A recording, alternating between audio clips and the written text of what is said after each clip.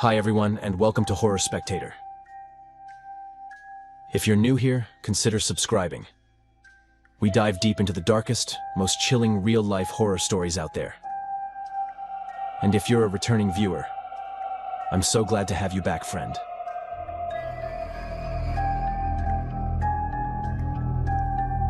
Unfortunately, I don't have the best news to share today. Or maybe it's a mix of good and bad, depending on how you take it. You might have already noticed a slight difference in my voice. For a while now, I've been dealing with some symptoms, especially on days when I record more than once. I feel like I have to push harder to speak, or I need to take long breaks just to get through recordings. Some months it's been better, other times worse, and I've been trying to ignore it for a while. Going to the doctor isn't exactly cheap, and it's easy to keep putting it off.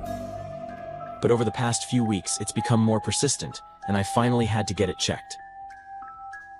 I was diagnosed with chronic functional dysphonia, which basically means I have to put more effort into speaking. I experience vocal fatigue, inconsistency, and sometimes my voice just gives out. The diagnosis is still very recent, but since then, I haven't really been able to sleep. I've been thinking a lot about the channel, especially now that I just launched the second one. It feels like everything is happening at once. Now here's the part that, for me, is good news. But I understand it might feel different for some of you, especially since many of you are here for the voice as well. I'm lucky to have a very close family, and when I shared this with my brother, he didn't hesitate for a second to step in and help. He's already helped me before when things got overwhelming with the kids and because he genuinely loves what I do here. But now, he's going to be a more regular presence. So for now, I don't know exactly when I'll be able to come back to recording myself. I'm going to be doing some tests, following treatment, and trying to rest my voice as much as possible. In the meantime, my brother will be taking over the narration of the stories. I'll still be the one choosing them, working on them, and building the videos. But it won't be my voice you're hearing for a while. You'll be hearing my brother Chris and sometimes my dad Josh. When one can't do it, the other will step in. They're both a little nervous, especially my brother. But I truly believe they both have great voices, and they'll only get better with time. I'm really sorry, I truly wish I could be here doing this myself. And I hope I'll be back soon. Until then, I just want to say how grateful I am to them both. I honestly couldn't ask for a better family. And to all of you, thank you for being here and for making it this far with me. Now, dim the lights, get comfortable, and let's head back into the mountains. And remember, viewer discretion is advised.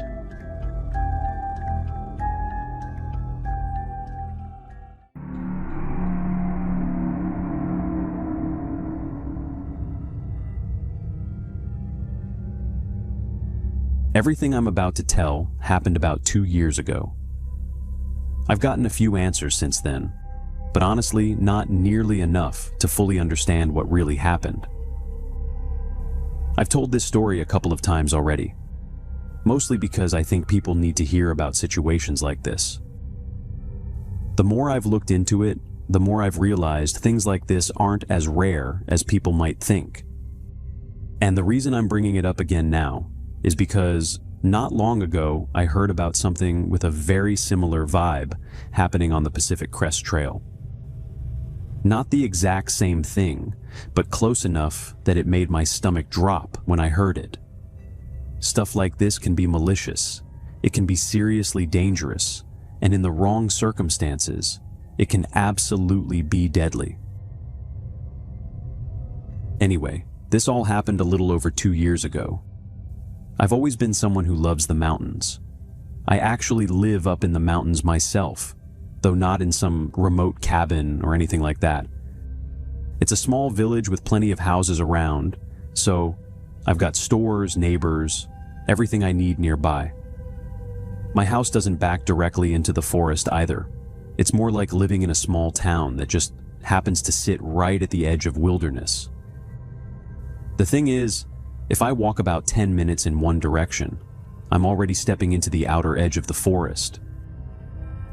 And that's honestly the perfect balance for me, because I get to live somewhere that feels normal and connected, but at the same time, I can disappear into the woods whenever I want a bit of peace and quiet. When I was younger, I used to explore those woods constantly with my friends. We'd spend entire afternoons out there, climbing rocks, following little streams, getting lost, and then finding our way back again. And I think that's where my love for hiking and climbing really started. Those mountains aren't just where I live, they're one of my favorite places in the world. I've traveled a bit over the years, seen some incredible places, but honestly, there's something about coming back home and seeing those same ridgelines again that just feels right. Nothing truly bad had ever happened to me out there before.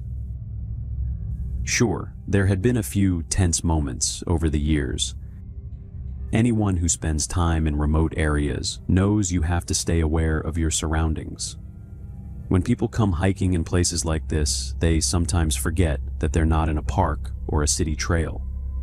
You're in nature, and that means predators exist. Weather changes fast, and sometimes you run into people whose intentions aren't exactly good. So being prepared goes a long way. Having the right gear, trusting your instincts, knowing when something feels wrong. All that stuff can make the difference between a story you laugh about later and a situation that turns into something much worse. Anyway, the thing that happened to me took place on the third day of a hiking trip. I had decided to explore an area I'd never really been through before, a section closer to West Virginia. In that region, there are a few temporary shelters scattered along the trails. They're nothing fancy, just simple places hikers can use if the weather turns bad, or if they're covering longer distances. My plan that day had been to reach one of those shelters before nightfall. But earlier in the afternoon, I ran into another hiker on the trail. A pretty friendly guy who looked like he'd been having a rough time. His pack had busted a strap, and he was trying to patch it together with duct tape. So I stuck around for a bit and helped him out, which honestly didn't feel like a big deal at the time. But it did slow me down more than I expected. And by the time I got moving again, the sky had already started turning gray. And about half an hour later, the rain came down hard. At first, it was just a light drizzle, but pretty quickly, it turned into steady rain. On top of that, it was getting darker by the minute, and I really wasn't thrilled about the idea of navigating unfamiliar trails in the dark while everything was wet and slippery. So my first thought was simple. I figured I'd just set up my tent somewhere nearby and call it a night. The shelter I'd been aiming for was still a good distance away, and there was no way I was going to reach it before dark anyway. But then something unexpected happened. As I kept moving along the trail, I suddenly came across a structure I hadn't known was there. It was a fire lookout. Now, if you've ever stayed in one of those, you probably know they're actually pretty amazing places. Most of them sit high up on ridges or peaks, so whoever's inside can see huge sections of forest. Some are old and pretty rough, but others are still in decent condition, and hikers are allowed to use them as overnight shelters. I've stayed in a few before, and honestly, they're some of my favorite spots to spend a night out in the mountains. The only thing was, since I'd already run into 2 or 3 other hikers on that same trail, I figured there was a good chance someone might already be using it. That's usually how those places work. Whoever gets there first gets the space.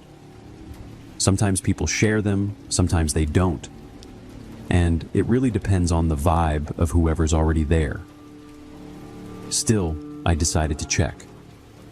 The stairs leading up were damp from the rain and a little slippery, so I climbed them slowly. As I got closer, I tried peeking through the windows, and from what I could see inside, the place looked empty. That already felt like a small stroke of luck, so I opened the door and stepped inside. And right away, I felt relieved. The lookout actually seemed pretty well maintained. It looked fairly recent compared to some others I'd seen. And there were even a few supplies left behind by previous hikers. That's honestly pretty rare. A lot of these places get worn down over time because so many people pass through them, and not everyone treats them with much respect. But this one felt different. Someone had clearly taken care of it. Inside it was small but comfortable enough.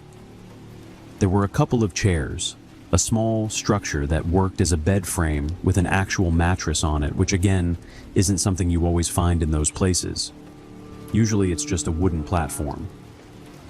There was also a little built-in stove area where you could heat food. So, overall, I was pretty happy to have stumbled onto it. The first thing I did was change out of my wet clothes. That was my main priority at that point. I hung the damp stuff over the chairs so it could dry a bit. Then I set up my sleeping bag on the mattress and started getting settled. I'd probably been inside the lookout for about 10 minutes, maybe a little more, when I heard the first noise.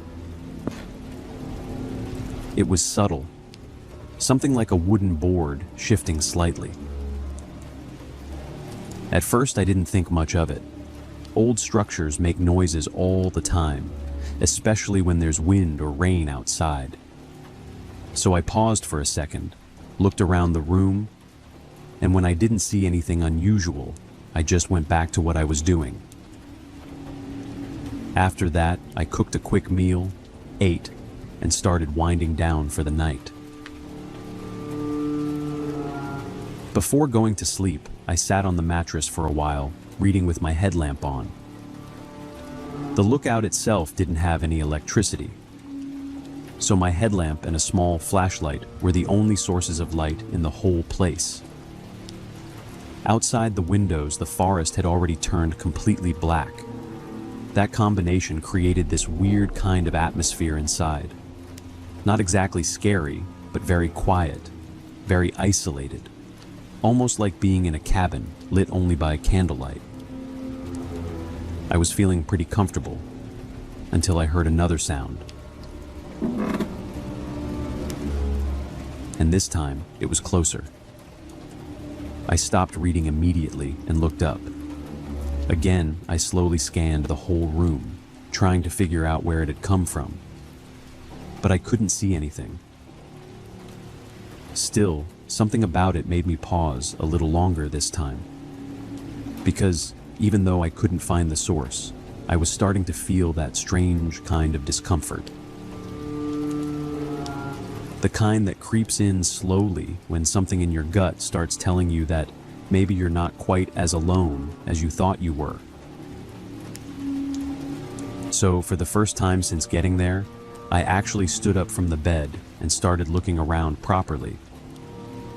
And the weird thing was that the whole place suddenly felt different. Not in a way I could clearly explain. Just that strange feeling like something inside the cabin had slightly shifted. Which made no sense at all because the fire lookout was tiny. I mean, genuinely tiny. There was nowhere for another person to hide in there with me. But still, I had heard that noise. There was no denying that.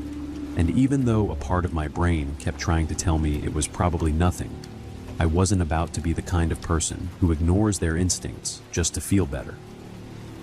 So I started walking around the inside of the lookout, slowly checking everything. I looked behind the chairs, near the stove, then crouched down and checked under the bed frame too. The structure was pretty solid and lifted a bit off the floor, so I figured maybe some small animal had crawled underneath somehow. But when I looked, there was nothing there, not even a shadow moving. After a few minutes of searching, I had to admit to myself that I couldn't find anything wrong. And that left me in this slightly uncomfortable middle ground, where I couldn't explain the sound, but I also couldn't point to anything actually dangerous.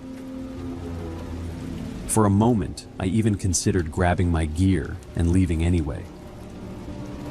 If the weather had been clear, I probably would have done exactly that. Just walked a little farther into the forest and set up my tent somewhere away from the lookout. But when I stepped closer to the window and looked outside, the rain was still coming down, and the forest had turned completely black. Not the kind of dark you get near cities where there's still a glow in the sky. This was the kind where the trees just disappear into pure darkness after a few feet. And even though my headlamp was pretty good, wandering through unfamiliar forest in the middle of the night, in the rain, over wet ground and roots, just wasn't a smart move. So, eventually I told myself I was probably overthinking things, and I went back to the bed. I tried reading again for a while, but honestly, I couldn't focus anymore. My eyes kept moving over the same lines without really processing them, and after a few minutes, I just gave up, turned off the page light, and laid back on the mattress, staring up at the wooden ceiling. At that point, the whole lookout was quiet again, except for the rain tapping against the windows. I'd been lying there maybe 5 minutes, just staring up into the dark, when I noticed something. At first, it was so faint, I thought my eyes were playing tricks on me. But then I saw it again. Right above the bed, on the ceiling, there was the faintest little flicker. Not a beam of light, nothing strong like that.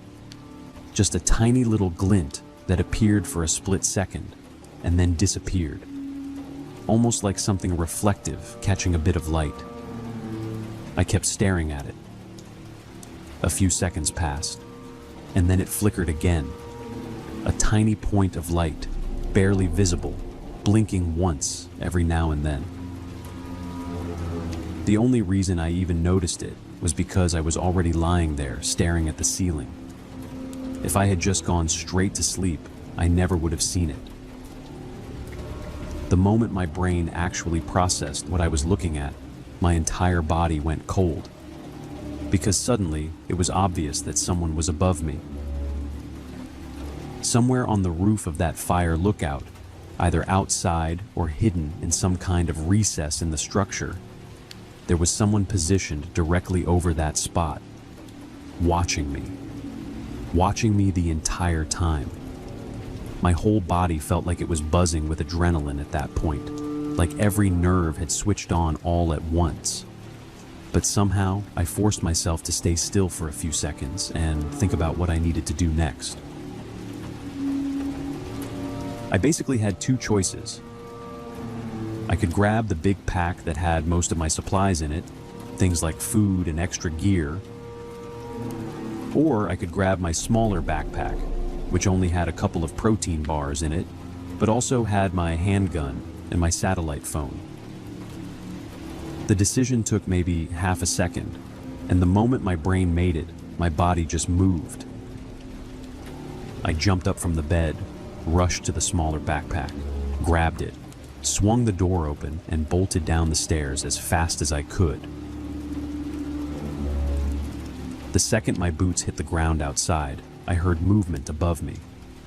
Whoever had been up there had clearly not expected me to run like that, because a moment later I heard them scrambling down as well. At that point, I didn't really have time to process anything. The only thought running through my head was that someone had been inside that structure with me the entire time, waiting for me to fall asleep so they could do whatever they had planned to do. And I had no intention of sticking around to find out. So I ran. I ran as fast as I could into the forest, rain hitting the leaves all around me, branches slapping against my jacket as I pushed through them. But there was a problem. The flashlight I had in this smaller bag wasn't nearly as strong as the one I'd left inside the lookout. The main one had a powerful beam that could cut through the trees pretty well. but this one was weaker. I could see the ground just enough to keep moving, but anything more than a few feet ahead was just darkness.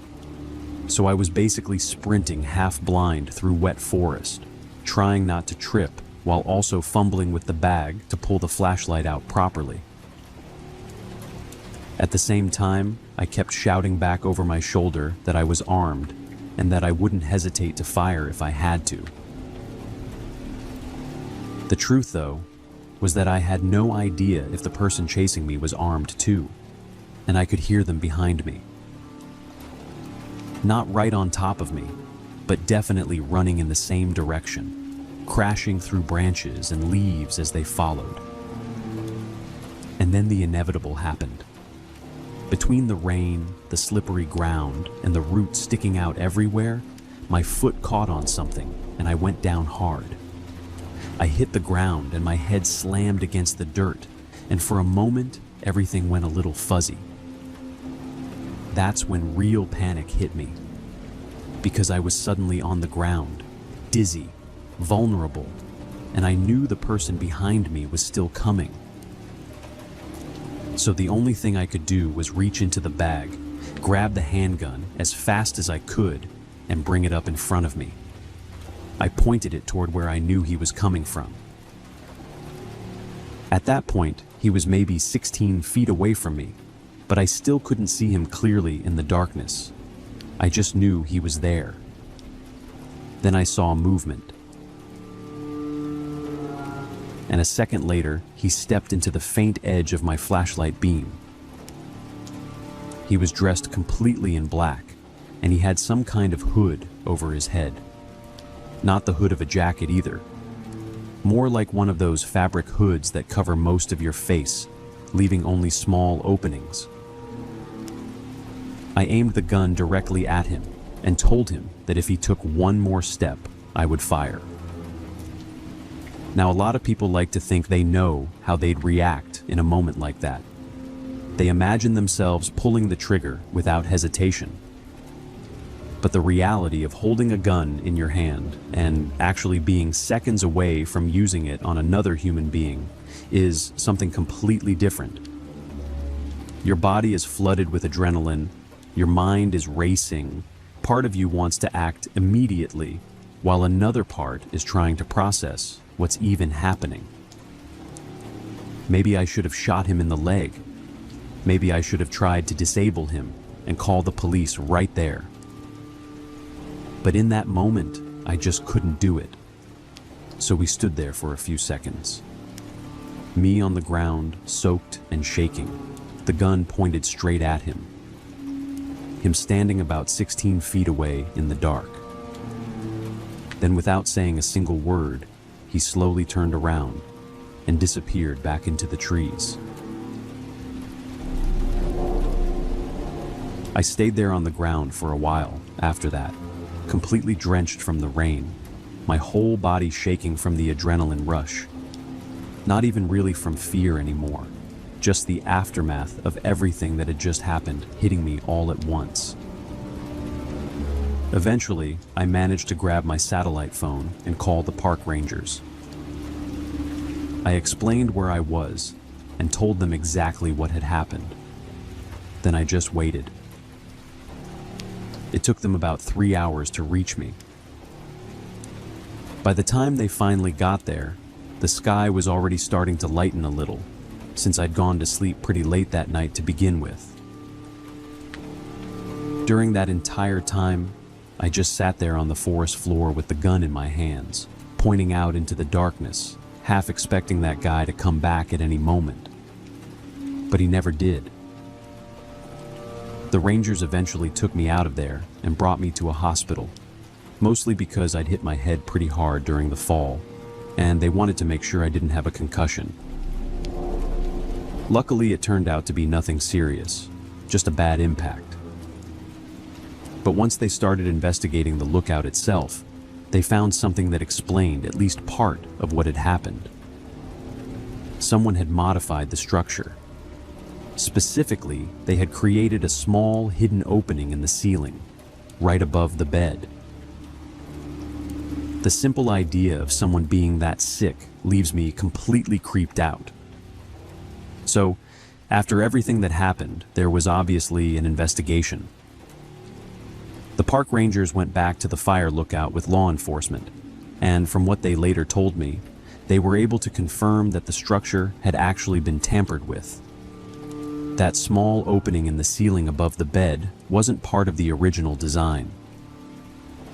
Someone had deliberately modified it, so there was a narrow space above the roof beams where a person could hide, or at least lie flat and look down through that gap. This means that whoever had been up there wasn't just passing through or hiding from the rain. They had built that space on purpose. And the position of the hole right above the bed made it pretty clear what the idea behind it was. Someone could stay hidden up there, wait for someone to come in, wait for them to fall asleep, and then do whatever they planned to do once that person was completely vulnerable. A few days after the incident, they told me they had actually detained a man somewhere in the forest. Apparently, he had some strange things in his possession. Stuff that could be used to restrain someone. They didn't go into a lot of detail with me, but the way they explained it was that he was considered a person of interest, and that the circumstances in which he was found were suspicious enough that they wanted to question him. At one point, they even asked me to come in and try to identify him. But the moment I saw the guy, I knew it wasn't him. I'm absolutely certain about that. The man who chased me that night was taller, noticeably taller, and much more heavily built. The guy they brought in looked smaller, thinner, and honestly just didn't match what I had seen in those few seconds when the flashlight beam hit him in the forest. So, I told them exactly that. I said I couldn't confirm it was the same person. Now maybe that other guy was doing something strange out there too. Maybe he had nothing to do with my situation. Or maybe there was some kind of connection that was never fully explained. I honestly have no idea. The police never followed up with me about it in detail, and eventually the whole thing just sort of faded out from their side. But one thing I know for sure is that the man who was inside that fire lookout with me, the one who chased me into the forest, was never found. And that's the part that still bothers me sometimes, because I don't know how long he had been hiding in that space above the ceiling. I don't know if he had just gotten there that day, or if he had been waiting there for hours, or even longer, hoping someone would eventually show up. What I do know is that he was clearly waiting for someone to walk into that lookout, get comfortable, fall asleep, and become an easy target. And that realization is honestly terrifying. Since then, I've actually heard about 2 other cases that were somewhat similar. Not in fire lookouts specifically, but in those temporary shelters you sometimes find along hiking trails. Apparently, there have been situations where people modified those structures too, either creating hidden openings, false panels, or ways to trap someone inside. I don't know how common it really is, and I don't want to sound like I'm trying to scare people away from hiking, because most of the time, these places are completely safe. But after what happened to me, I can tell you one thing for sure.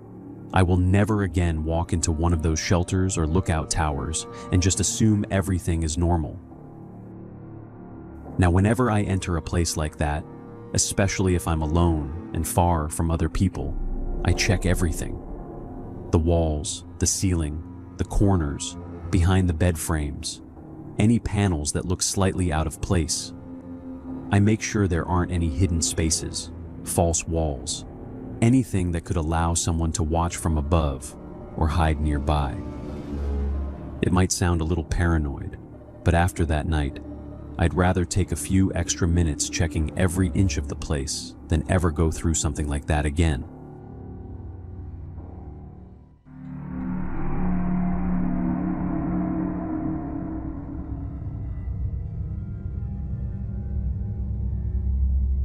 Growing up, I was always a chubby kid. I don't mean just a little overweight. I mean the kind of kid who carries that weight, not just on their body, but in everything they do. In how they walk, how they talk, how they look at themselves. A lot of that came from my home life, which wasn't great. And food kind of became my way of dealing with things, my escape. The one thing that felt consistent when everything else didn't. But then on top of that, school wasn't any better. Because kids notice those things, and they don't let them go. So I ended up getting bullied a lot for my weight. And those two things combined just completely destroyed my self-esteem in a way that stuck with me for years. Even later on, when I hit my teenage years and started working out, eating better, and eventually got into really good shape, none of that actually fixed what was going on in my head, because every time I looked in the mirror, I still saw that same kid, the one people used to laugh at, the one nobody wanted to be around. It didn't matter how much I changed physically, that image never really went away. So by the time I got to college, even though I looked completely different, I still carried myself the same way. Quiet, unsure, kind of submissive, never really knowing how to fit in or who to talk to. And people, especially other guys who were insecure in their own way, but better at hiding it, could pick up on that immediately and would still mess with me, just in more subtle ways. I'm saying all of this just to give you some context, because when one of the most popular guys in my class invited me to go on a hike with him in the mountains, I didn't even hesitate. I said yes immediately, because I was starving for real connection, for real friendship. And in my head, I thought that if someone like him accepted me, everything would change. People would start seeing me differently, like I belonged, like I was one of them. But more than that, I think I just wanted to finally be able to look at myself and see someone worth being around. So, when he suggested we drive out to a trail in West Virginia, I went along with it without questioning much, even though it was about a 2-hour drive from where we lived, and even though the forest he picked was one I had heard about my whole life from my grandparents, who used to tell these weird, unsettling stories about things that happened out there. I'll be honest, I was a little nervous about going, but I didn't want to show that, not to him, not when I finally had a chance to be included in something. What I did find a little strange, though, was that he wanted it to be just the two of us. And when I asked about it, he told me his friends didn't want to come because they were scared of the stories about the place, and that he figured I wouldn't be like that I'd be cool enough to go anyway. And I'm not gonna lie, that got to me. It boosted my ego in a way I wasn't used to. And during the drive, I actually felt good, like maybe this was the start of something different for me. The plan was to camp for 2 nights and do some hiking around the area. But pretty early on, I started noticing something that didn't sit right with me. Because while I had brought a tent, proper gear, extra food, basically everything you'd expect for a couple of nights out there, he barely had anything with him. At first I thought maybe I had just over-prepared, which is something I tend to do. But looking back now, I'm pretty sure he never planned on staying out there that long in the first place. We started hiking, and about 20 minutes in, we were still on the more popular part of the trail, so there were a few people around. Nothing unusual, just other hikers enjoying the weather. But then there was this moment where we stopped for a bit, and I swear I saw him making some kind of gesture toward a guy who was walking past us. It wasn't obvious, but it wasn't nothing either, and it immediately caught my attention. I asked him if he knew the guy, and he just kind of brushed it off, saying no, that the guy had made some weird motion and he was just trying to figure out what it meant. But the way he said it felt off, like something made up on the spot, and I couldn't shake that feeling. It was small, but it stuck with me. And for some reason, it made me uneasy enough that I told him I was going to grab some water. And while I was reaching into my bag, I also took the knife I had brought. Just a kitchen knife, nothing special, but sharp, and moved it into the small pouch I kept on me so I could reach it quickly if I needed to. I didn't even fully understand why I did that at the time. It just felt like one of those instinctive decisions you make without thinking too much about it. And looking back, I'm really glad I listened to that feeling. Later that day, after we had been walking for a while and hadn't seen anyone else on the trail for at least an hour, we stopped again, and he told me he was going to step off the trail for a second, said he needed to take a leak, and walked off into the trees. At first, I didn't think much of it, but after a minute or two, I started to notice how quiet everything had gotten. And that's when I saw him, a man standing in the distance, partially hidden between the trees, just watching us. The moment I looked directly at him, he started walking toward me. I called out to Jake, trying to keep my voice steady, telling him there was someone out there and that he was coming our way, but there was no response. That's when something in me really started to shift, because it didn't make sense. Why had he gone so far off the trail? Why wasn't he answering? Where was he? I moved toward the direction Jake had gone, calling his name again, but there was nothing, no movement, no sound, just that growing feeling that something was very, very wrong. And then, out of the corner of my eye, I saw the man getting closer, picking up his pace slightly, not running, but not exactly walking normally either, and that was enough for me to panic. So I turned and started heading back toward the trail as fast as I could, calling for Jake one last time, but deep down, I already knew he wasn't coming back. I couldn't see him anywhere, and the longer I stood there, the worse it felt, so eventually I just started running. And that's when I saw the second man. He stepped out from the side, and I recognized him instantly as the same guy from earlier, the one I had seen Jake making gestures to, near the start of the trail. And in that moment, everything just clicked into place in the worst possible way. Jake hadn't invited me out there to hang out. He had set me up. I don't think I've ever felt that kind of fear mixed with betrayal at the same time, because the one person I had trusted, the one person I thought might actually see me differently, had just handed me over to something I didn't even understand yet. I didn't think, I just ran, and the only thing that saved me in that moment was the fact that all those years of working out, of pushing myself, of refusing to go back to who I used to be, actually meant something, because I was fast enough to put some distance between us, at least for a while. But I could hear them behind me, crashing through the trees, closing the gap slowly, and no matter how fast I ran, it didn't feel like it was enough. At one point, one of them must have known the terrain better than I did, because he cut across through the trees and suddenly appeared right in front of me, intercepting my path before I even had time to react.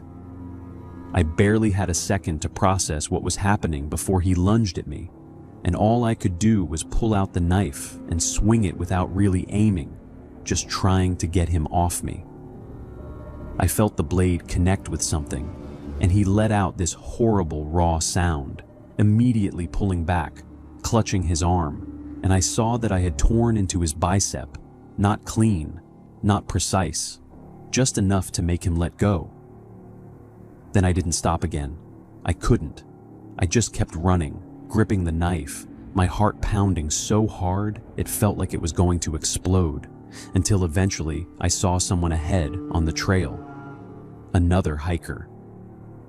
At first, when he saw me coming out of the trees, covered in dirt, holding a bloodied knife, he panicked and started backing away. But I started yelling, trying to explain between breaths that there were people behind me, that I needed help, that I wasn't the threat. And I think something in my voice made him stop. He actually decided to help me. Something in my voice made it clear that I wasn't exaggerating, that I wasn't just some guy being dramatic. I was genuinely panicking, and I needed help right then and there. And he picked up on that immediately. He told me pretty quickly that he knew that trail really well, that he'd hiked that area multiple times before, and that not too far from where we were, there was a small shelter, kind of tucked away, where we could hide out and get through the night safely. And he also mentioned that he had some form of protection on him, so I shouldn't worry, that he wasn't just gonna leave me hanging if those guys showed up. That did calm me down a bit, I'm not gonna lie, but at the same time, there was still this part of my brain that just wouldn't shut off, this constant voice telling me that I'd already trusted the wrong person once that day. So, what was stopping me from making that same mistake again? For a while, I genuinely wondered if he could be involved too, if maybe this whole thing was bigger than I thought, like maybe they were all in on it somehow. So, even as we made our way to that shelter and settled in for the night, I kept catching myself glancing over my shoulder, listening to every little sound in the woods, every branch snapping, every shift in the wind, thinking that at any moment those guys would come out of the darkness and that this man next to me would suddenly switch on me as well. The night felt incredibly long, like time had just stretched out in the worst possible way, and my mind kept running through scenario after scenario, none of them good, all of them ending with me not making it out of there. But the truth is, nothing actually happened. He stayed calm the whole time, kept reassuring me in a way that didn't feel forced, didn't feel fake, just steady, like someone who had been in tough situations before and knew how to keep it together. At one point, I remember asking him why he even bothered helping me, because most people wouldn't get involved in something like that. And he just kind of shrugged and said he had a younger brother, probably around my age, and if something like that ever happened to him, he'd hope someone would step in and help. There was something about the way he said it that felt real, not like an excuse, not like something rehearsed, just honest. And I think that's when I finally started to relax a little, not completely, but enough that those last couple hours before sunrise didn't feel as suffocating as the rest of the night. Once morning came, we packed up and started moving again, sticking to the trail and keeping a steady pace. And after a while, we finally reached the trailhead, where there were other people around, which immediately made me feel safer, like I was back in the real world again. We were able to contact the authorities pretty quickly, and they showed up not long after. And then Jake showed up. He came walking into the trailhead like nothing had happened, arguing with me, saying I had abandoned him out there, that he'd been looking for me. He had a few cuts on his arm, but nothing deep, nothing that looked like he'd actually been attacked. And the more I looked at him, the more everything started to click in my head all at once. The lack of gear from the beginning, the way he disappeared at the exact moment those guys showed up, the fact that he didn't respond when I was literally shouting his name, and then the idea that somehow they went after me but just let him go. It didn't make any sense, unless he was part of it. I told the police everything, every little detail, including the fact that I was almost certain he was involved, that those men didn't just randomly appear, that there had to be some kind of setup. And to their credit, they did take it seriously. They said he would be looked into. They said that his story didn't fully add up either. But at the same time, there wasn't enough solid proof to actually do anything about it, so nothing really came of it in the end, and that was probably one of the hardest parts. just knowing that he got to walk away from it. For the rest of college, I lived with that in the back of my mind, constantly, always watching where I was going. Never walking alone at night, avoiding isolated areas on campus, because I genuinely didn't know if he'd try something again, or if those people were still out there somewhere. It changed the way I saw people, the way I trusted people, and honestly, it took me a long time to get past that. Eventually, I graduated, I moved out of state, got away from all of that, and little by little, I stopped looking over my shoulder every 5 seconds. But those 3 years, they left a mark. I did stay in touch with the guy who helped me though, because the truth is, if it wasn't for him, I don't know how that situation would have ended. And funny enough, he really did have a younger brother around my age, and over time, we actually became close. So, in a weird way, something good did come out of all of this, and now I kind of see both of them as family. I wanted to share this because sometimes the people you trust the fastest are the ones you should be the most careful with. And I know what it's like to feel invisible, to want acceptance so badly that you ignore your instincts.